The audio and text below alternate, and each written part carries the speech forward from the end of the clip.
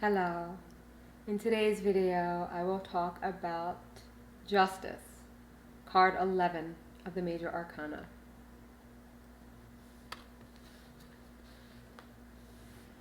How I understand this card is I think about it as connected to the Buddha family karma, which is it's about all accomplishing action. It has panoramic view, so it sees widely and it takes action. Connected to the element air, the color green. And I think about this card in terms of karma energy because I think about the judge and how when you're trying to dispel justice, there's this need to understand what's the big picture here. It's hard to dispel justice if you have a narrow view, and so it requires looking bigger, looking wider.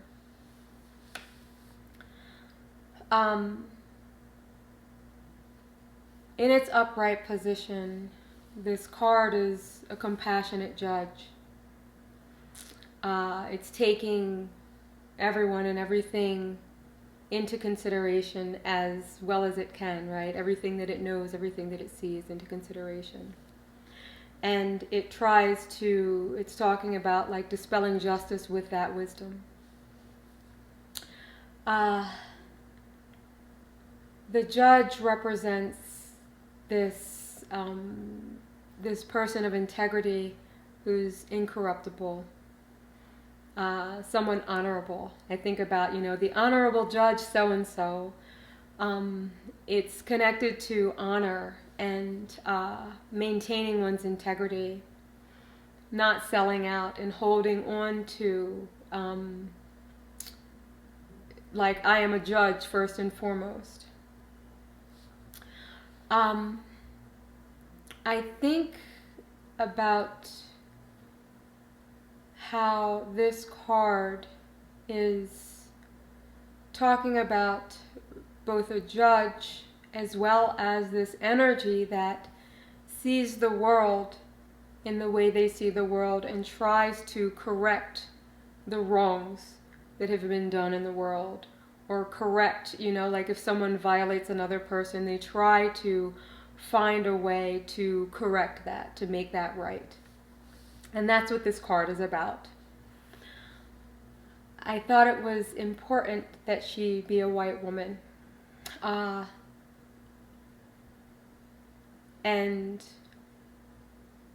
that felt important because I think the energy is connected to, in general, of course this is a gross generalization, to white women who are fighting for what's right, fighting for women's rights, or fighting for, the people of color, or fighting for the children, or like who are fighting the great white father and like, you cannot continue to do this, we must right this wrong.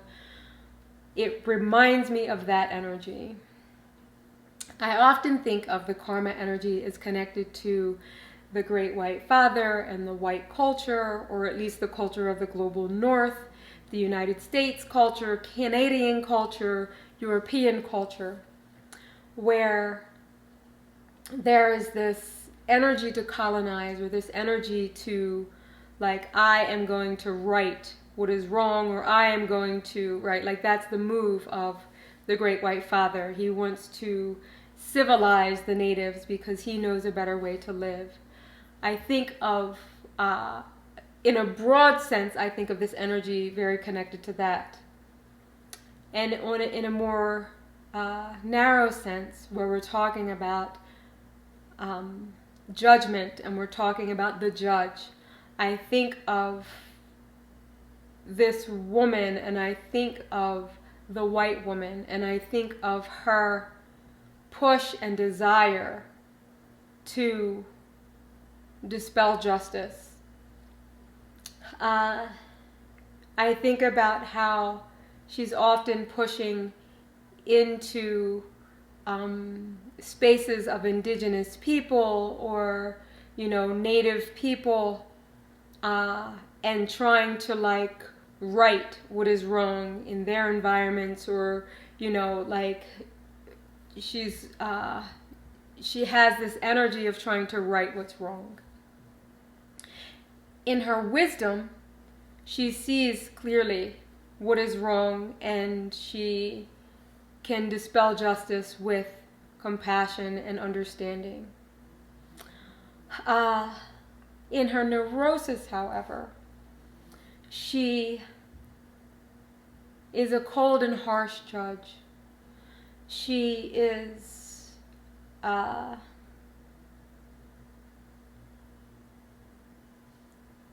constricted and unable to see the bigger picture, unable to consider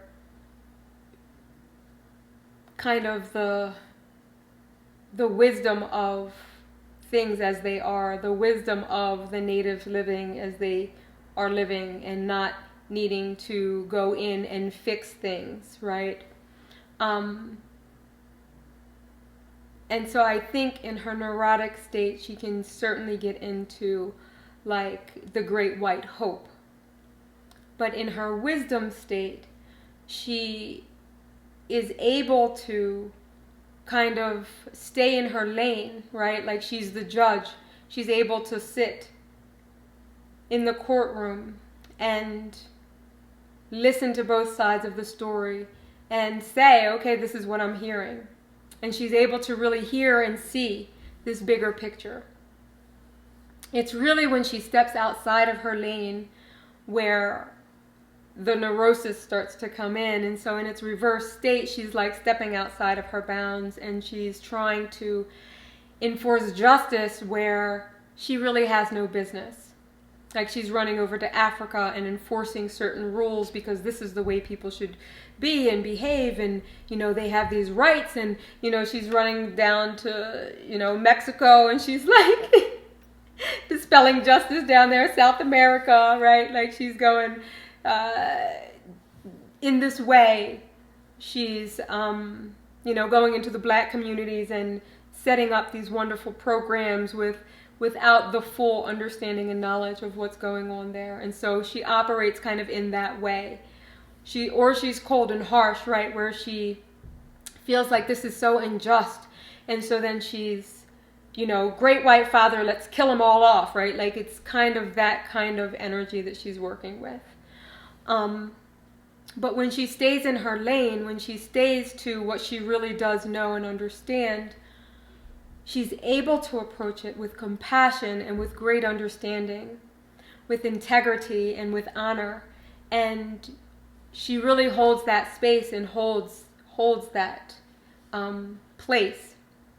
And so that's kind of how I think about her and why she's a white woman. I was playing, of course, in the creation of the card. It went from just the scales on paper with words around it to a drawing of a woman with the scales and the blindfold and the sword on paper, and then that drawing changed, completely different woman, to what you see on the card today.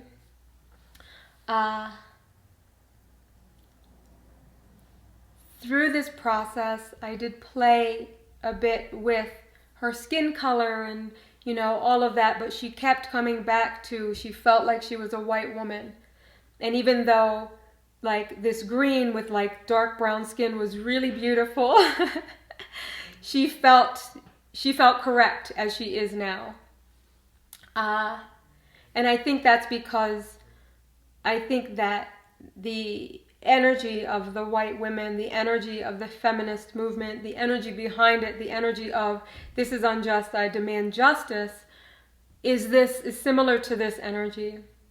And like I say, when it stays in its lane and doesn't try to enforce this rule worldwide, when it's not trying to do that, because that's then an aggressive act, But when it's really considering the situation, when it's in the courtroom and it's trying to consider, okay, what's really going on here? Let me listen to both sides and let me tell you what I see. I think that that's when it's in its wisdom state.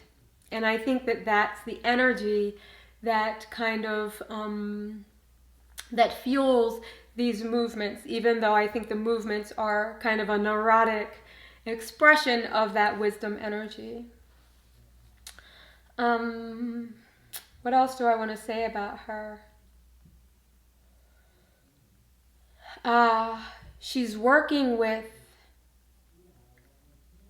I think in most decks, she doesn't have a blindfold on. In my deck, she felt like Lady Justice, and what they're trying to talk about when they show the picture of the statue of Lady Justice, who's blindfolded, and dealing with, like,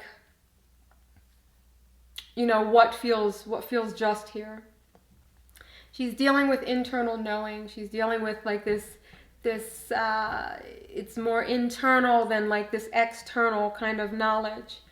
And what is actually right here? What is actually just in this situation?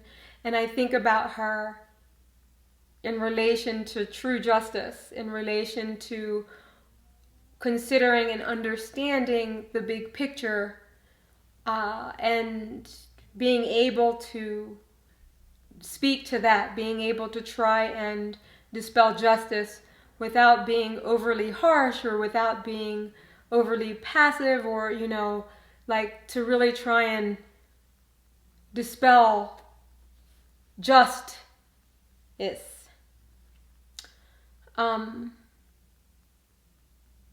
I think that's it for her.